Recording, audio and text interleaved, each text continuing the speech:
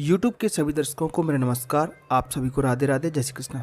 आज के वीडियो में हम बात करने वाले हैं शिक्षकों से संबंधित एक विशेष और संवेदनशील मुद्दे के बारे में, जो संबंधित है ई अटेंडेंस से।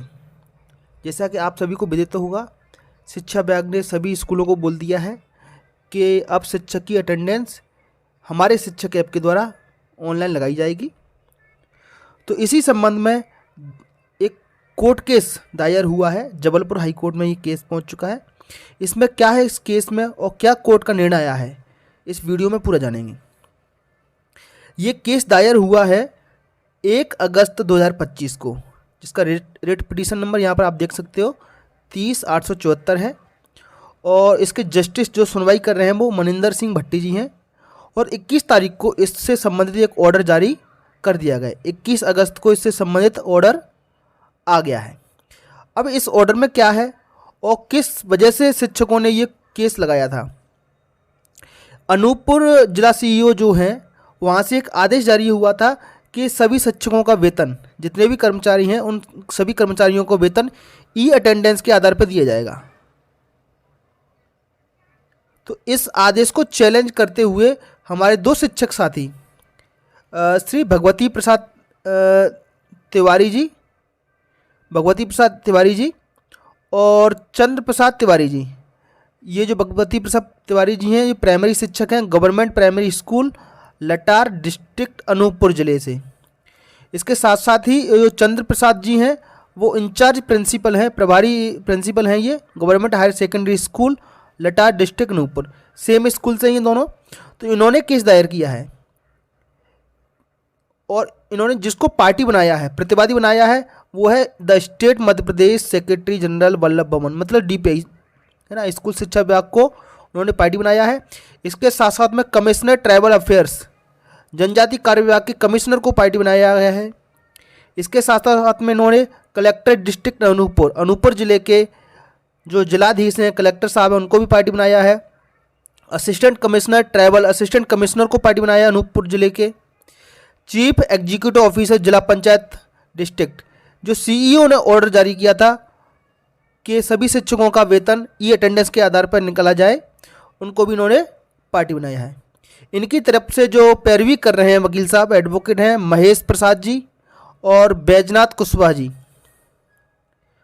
अब इससे संबंधित सुनवाई हुई 19 तारीख को, तो इस केस की हियरिंग कंप्लीट पूरी नहीं हो पाई थी, तो इस मैटर को बढ़ाकर एक्सलेट कर दिया था 20 तारीख के लिए।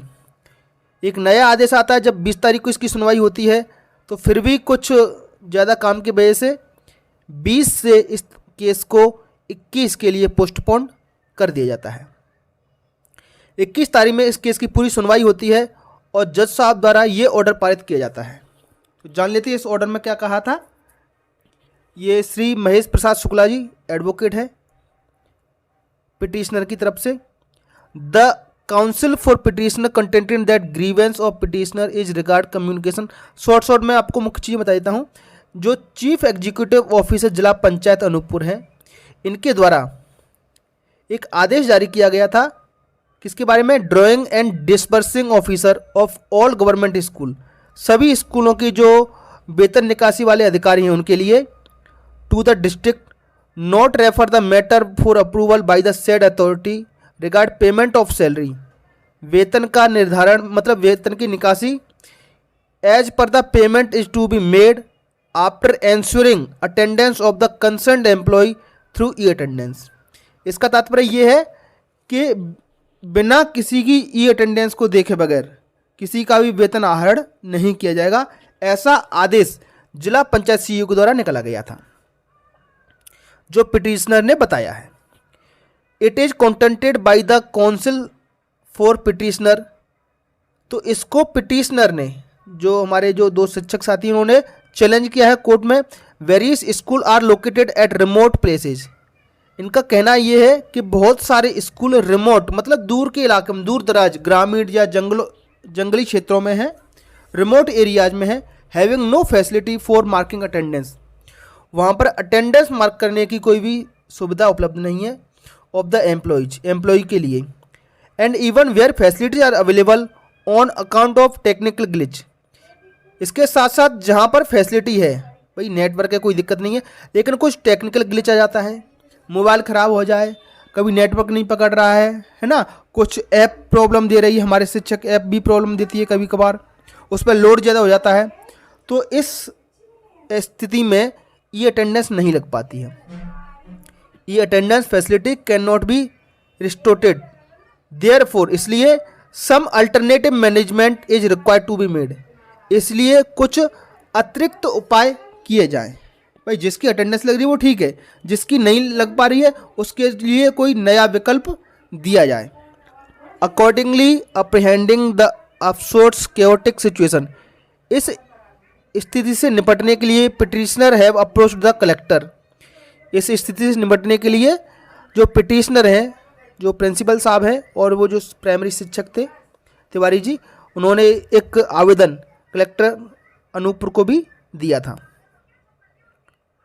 The council for state submitted that appropriate decision on the petitioner apprehensive so expressed wide annexure P6 shall be taken by the respondent authority.